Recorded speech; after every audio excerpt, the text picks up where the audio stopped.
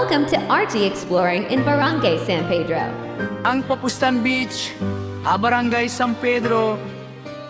Diri, usang nga lugar nga dapat maimod.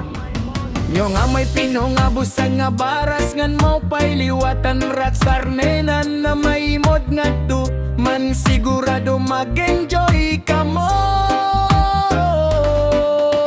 Baka di na ka mo ha Barangay San Pedro kay para maimod liwat ninyo ayaw na kamkalo diretsuhan na ninyo ang rock formation han Barangay San Pedro yadi laini nakatago haduro ang balot daw pa'y pagkit ang lalo na konkulog man mapresko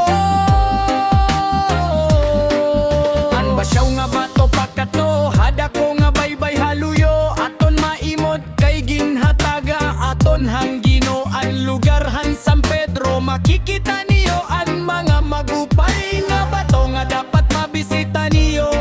mga lubi nga nagsasayaw dungan han hangin amihan makusog pero kaw pa'y pagkitan kan RGE paglakad na mo good imhibaroan nagpakitahan kaw pa'y han isla han biri nga eya gindako an rock formation nga bato didha amo na pupustan han talim gan tinuod nga hiyas han biri nga ginpasyadahan ni RGE para maimodhan aton kasangkayan nganda mo pangalugaran aton papasyadahon